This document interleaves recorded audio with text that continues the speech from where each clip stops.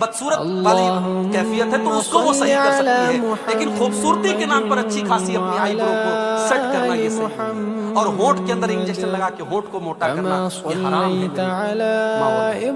ہاں کسی عورت کے اگر چہرے پر بال آ گئے، ظاہر ہے کہ عورت کے چہرے پر بال نارمل نہیں آتے تو ان کو وہ ریموو کر سکتی ہے، ان پر ویکسنگ وغیرہ کروا سکتی ہے، مگر نارمل اپنے بالوں میں ویکسنگ وغیرہ کروانا یہ صحیح نہیں ہے۔ تو فیشن کے نام پر آج بہت آپ نے فرمایا ایسی عورتیں جو بے حیائی کے کام کریں گی اور فیشن کے نام پر بے حیائی کریں گی، لا يدخلن الجنت، ایسی عورتیں جنت میں نہیں جائیں گی۔ جنت میں جانا تو بڑی دور کی بات ہے، ولا یجدن ریحھا، وہ جنت کی خوشبو بھی نہیں پائیں گی۔ اس لیے ہماری مائیں اور بہنیں اس حدیث کو سننے کے بعد اپنی اصلاح کر لیں، اپنے لباس اور اپنی ڈریس کو صحیح کر لیں۔ اور آخر میں یہی کہنا چاہوں گا میرے بھائی کہ ایک عورت کا جنت میں جانا زیادہ آسان ہے۔ آج تک آپ نے یہ سنا ہوگا عورتیں جہنم میں زیادہ جائیں گی، مگر میں آپ کو طریقہ بتا رہا ہوں، عورتیں 4 کام کر لیں تو جنت میں چلی جائیں گی۔ عورتوں کا جنت میں جانا مردوں کے مقابلے میں آسان ہے۔ عورتوں کو جہاد کے میدان میں نہیں جانا ہے، عورتوں کو جنگ کے میدان میں جا کے لڑنا نہیں ہے۔ بہت سارے کام جو مردوں کے ذمہ ڈالے گئے وہ عورت کو نہیں کرنا ہے، اور صرف 4 کام کر لے وہ جنتی ہے۔ نماز پڑھنے ایوم امرات صلت خمسها وصامت شهرها واطاعت زوجها واحسنت فرجها دخلت من ای ابواب الجنت شاء۔ آپ نے فرمایا جو عورت 4 کام کر لے، 5 ٹائم کی نماز کی پابندی کرے، رمضان کا روزہ رکھے اور اپنے شوہر کی اطاعت اور خدمت کرے۔ یہاں پر ایک بات میں بتا دوں، میاں بیوی کا رشتہ یہ غلام اور نوکر کا رشتہ نہیں ہے، یہ آقا اور نوکر کا رشتہ نہیں ہے۔ اگر شوہر یہ سمجھتا ہے بیوی میری لونڈی ہے، بیوی میری نوکرانی ہے، تو وہ بھی غلط ہے، اور اگر بیوی یہ سمجھتی ہے کہ شوہر میرے اشارے پر ناچے تو یہ بھی غلط ہے۔ شوہر اور بیوی کا رشتہ محبت کا رشتہ ہے، لیکن گھر کا اور پریوار کا مکھیا مرد ہے، اس لیے بیوی کو چاہیے کہ شوہر کی بات مانے۔ ہاں اگر شوہر کی بات غلط بات ہے، ناجائز بات ہے، تو بیوی کو نہیں ماننا ہے، لیکن جو صحیح بات ہے وہ بیوی کو ماننا ہے۔ وَأَطَاعَتْ زَوْجَهَا، اپنے شوہر کی اطاعت کرے، وَأَحْسَنَتْ فَرْجَهَا، اور اپنی شرمگاہ کی حفاظت کرے، اپنی آبرو کی حفاظت کرے، اپنے آپ کو زنا سے بچائے، اپنے آپ کو بدکاری سے بچائے۔ یہ 4 کام جو عورت کر لے، اللہ کے نبی فرماتے ہیں دخلت من ای ابواب الجنت شاء، ایسی عورت جنت کے جس دروازے سے چاہے جنت میں چلی جائے۔ تو یہ چند گناہوں کے تعلق سے میں نے آپ کے سامنے میرے بھائیوں بات رکھی ہے۔ اب میں آخر میں اللہ سے یہی دعا کرتا ہوں، اللہ تعالیٰ جو بھی گناہ میں نے بیان کیے ہیں ہم سب کو ان گناہوں سے بچنے کی توفیق عطا فرمائے، اور اگر ہم میں سے کوئی ان گناہوں میں مبتلا ہے اللہ ہمارے ماؤں بہنوں کو بھی اور ہمارے مردوں کو بھی سب کو سچی توبہ کرنے کی توفیق عطا فرمائے۔ اللہ آج کا یہ پروگرام جن بھائیوں کی محنتوں سے منعقد ہوا ہے اللہ ان کی محنتوں کو قبول فرمائے، ان کو جزائے خیر عطا فرمائے۔ کل کا پروگرام بھی باقی ہے، کل ہمارے بڑے عزیز دوست شیخ ابوالکلام سلفی حفظہ اللہ جھارکھنڈ سے تشریف لا رہے ہیں، ہمارے بہت خاص دوست ہیں، کل ان کا بیان بھی آپ حضرات سنیں گے۔ اللہ تعالیٰ ان کی بھی عورتیں جو کپڑا پہننے کے باوجود ننگی ہوں گی، کپڑا پہننے کے باوجود ننگی ہوں گی، یعنی ان کا ڈریس ایسا ہوگا، ان کا کپڑا ایسا ہوگا جو ان کے شریر کو پردرشت کرے گا، ان کی باڈی کو ایکسپوز کرے گا، اپنے جسم کو نظر دکھائیں گی، اپنے شریر کا پردرشن کریں گی۔ کاسیات عاریات، کپڑا پہننے کے باوجود ننگی ہوں گی۔